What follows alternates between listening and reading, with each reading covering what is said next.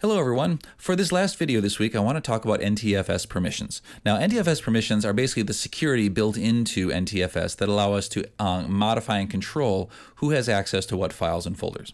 So let me get to the File Explorer here and get onto the C drive, and I'm going to create a few folders. I'm going to create a folder here called New Folder, and then inside I'm going to create a second folder, and we'll just call it Folder 2. Folder 2. Okay. So I now have two folders, and if I right-click on the first folder and I go to Properties, this will get me to the Security tab in here, which shows me what all the permissions are. So different groups, different types of users have different permissions.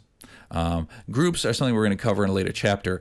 Basically, they group certain users together and give them certain access to things. So in this case, authenticated users, you can see these are the permissions for authenticated users. If I just go to the straight users folder, users group, you're going to see they have less permissions. Okay, we have two types of things that we can do with permissions. We can allow or deny. Allow means yes, we are giving you the permission. Deny means we are explicitly denying you the ability to use that permission. Deny is very powerful. It's actually a trump card, if you will. If you are denied something, it does not matter in any way, shape, or form if you have ever been given the ability, the allow. If it's denied somewhere, anywhere along the chain of inheritance, which I'll show in just a second, the deny wins, and it will always deny. So you want to use deny with caution. You don't want to just start denying things as a shortcut to make things to make permissions work the way you want, because generally they will not in the long run if you deny. So very briefly, let's talk about the different types of permissions. The folder permissions and the file permissions are a little bit different, but they generally do the same thing. Folder permissions have one extra permission, the list folder contents, which basically is what it sounds like. If you have allow for this, you are able to open up a folder and view the contents of the folder. Read and write. Read allows you to look inside the folder and actually see the contents, not just list what they are, but actually open up and see the files. Write allows you to make changes. You can actually create files inside the folder. You can change files inside the folder.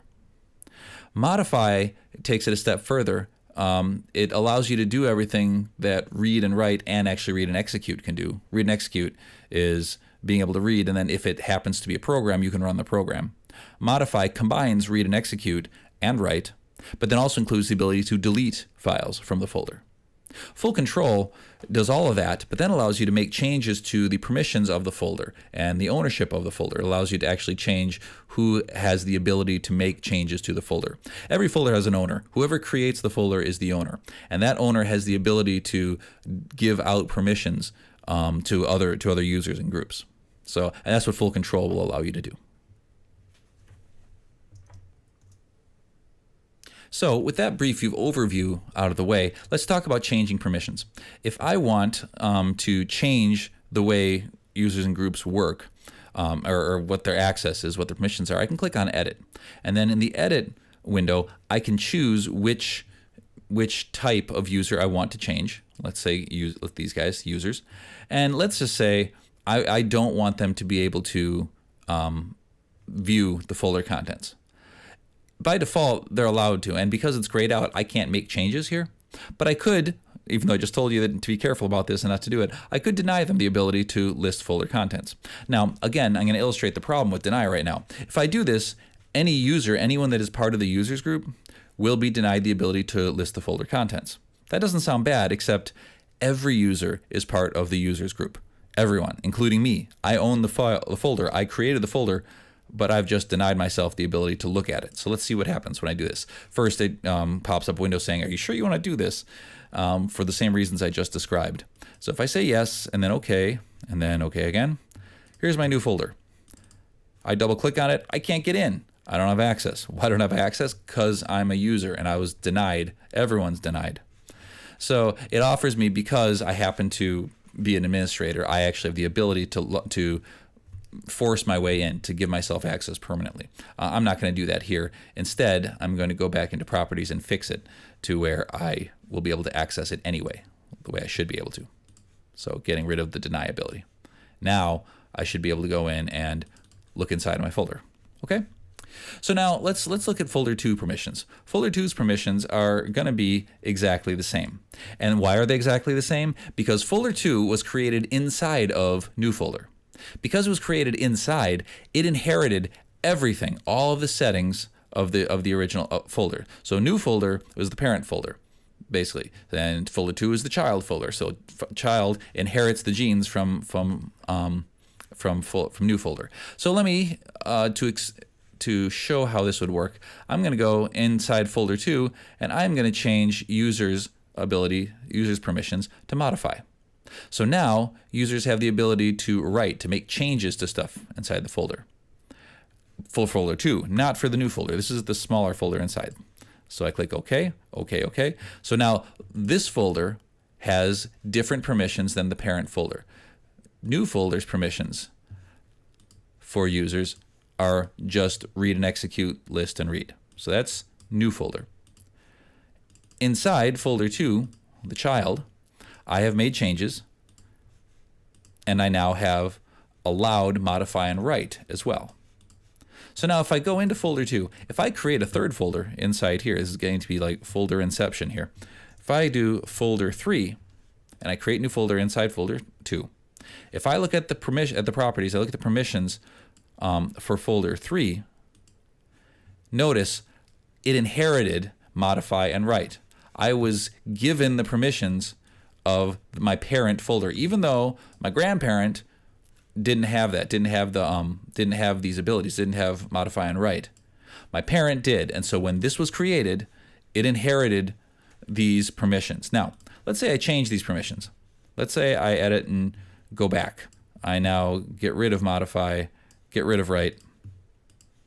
So now this again matches what the parent is. First of all, that doesn't change folder 3. Folder 3 stays the same. But now, if I create a new folder with the new permissions in, I think I just did something weird. If I have a new folder, and we're going to call this something else, we're going to call this folder 4, that is created with the new permissions from the parent folder, it is going to inherit those permissions. So now looking at users, I inherited modify and write. Folder 3 kept its inheritance, which was different because the settings were different when it inherited, if that makes sense. Okay? So you can already see inheritance can be tricky. It's timing as well as who is the direct parent of a folder. So every time you make changes to these properties, to folder permissions, you have to be careful because any child, anything that gets created inside this folder, depending on what the permissions are when it's created, that's what they're going to inherit. And then when it's inherited, if I go in here, you'll notice it's grayed out. I was showing you before. I can't make changes, right? I can't make changes to inherited permissions because the parent is basically setting the rules, if you will. It's their house. Those are the rules. Now, if I do want to make changes, if I do want a child folder to have different permissions, I can do that with some advanced work, but I just want to deal with the basic concept of inheritance right now. Okay, I had to clean things up there. I was getting a lot of files and folders being thrown around here.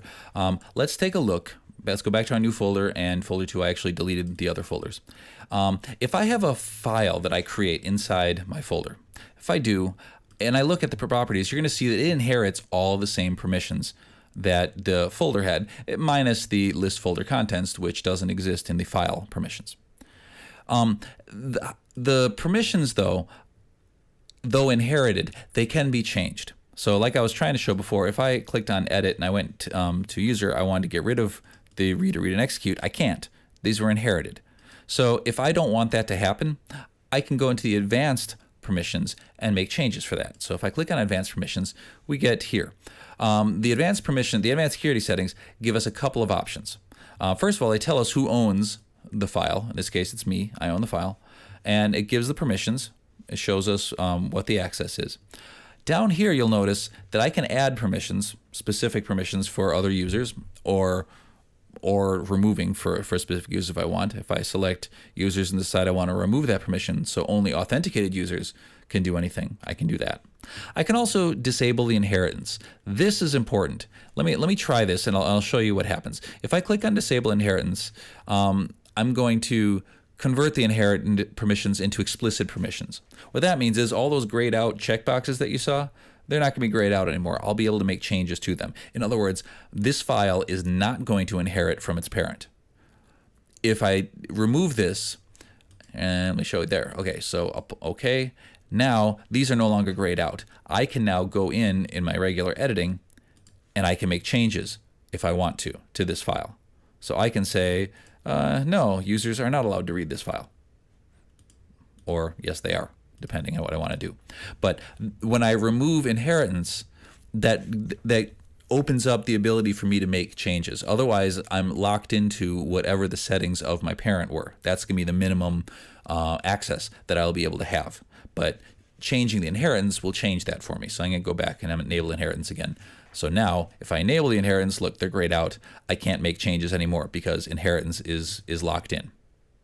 Another key feature of the Advanced tab is the ability to audit. Auditing allows you, I'm an administrator, that's fine. Auditing gives us the ability to watch one of these files. You remember the event viewer where I was saying that it logs events of all sorts of things? This is one of the things that it can do. If I set up an auditing thing, and I won't go into great detail, but if I set up auditing now, I can select who I want to audit. So maybe I want to audit Bob. I don't trust Bob. He's kind of a shady guy. So if I want to audit Bob, I want to see when Bob successfully reads this file, right? Every time Bob opens up this file, it's going to create an event in the event viewer that I will be able to go in and look at and see when was the last time he accessed this file. Now, this is useful, for example, if you have, let's just say a payroll file, and there's only some people that are supposed to be able to access that. So you can set, and you think maybe someone's looking at things they shouldn't be looking at, you can audit to see if they are actually accessing this. You also can check for success or failure, or all. You might want to say, hey, who is having a hard time? Maybe people are supposed to be accessing a file, but people can't for some reason. You want to see when, in this case, when is Bob not able to? When are permissions getting in the way and stopping him from accessing this file? And it'll log those things, and you'll be able to go back and look at them. Okay. The other thing we have here in the advanced settings, this is actually really nice, is effective access. Effective access boils down all of the inheritance, all of the special rules, and determines this is what this person has access to. So let's take a look at Bob. Let's see what Bob can do with this file. So if I select Bob and then I view effective access, this is Bob's permission. Bob does not have full control because he's not an owner. He is an authenticated user, so he'll be able to do all the other things you can do on the folder, but all of the ownership stuff, changing permissions, taking ownership and full control, that is reserved for the person that owns, the user that owns the file. So that's Bob's permissions. On the contrary, if we go to user X, who is the owner of this file, and view his effective access, you'll notice it's full control. They have the ability to do everything. So this is a nice way to see if your permissions are working. If you're trying to make something happen, you can then go in to a specific file or folder, check effective access, see if your changes are actually taking effect.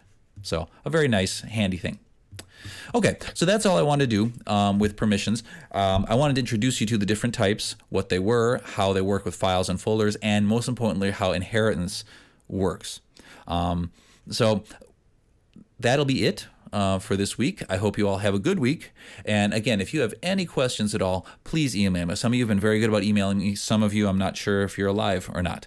So if you don't have questions, great. Keep working. Stick with it. Otherwise, please let me know. And I hope you all have a good week, and I will talk to you soon.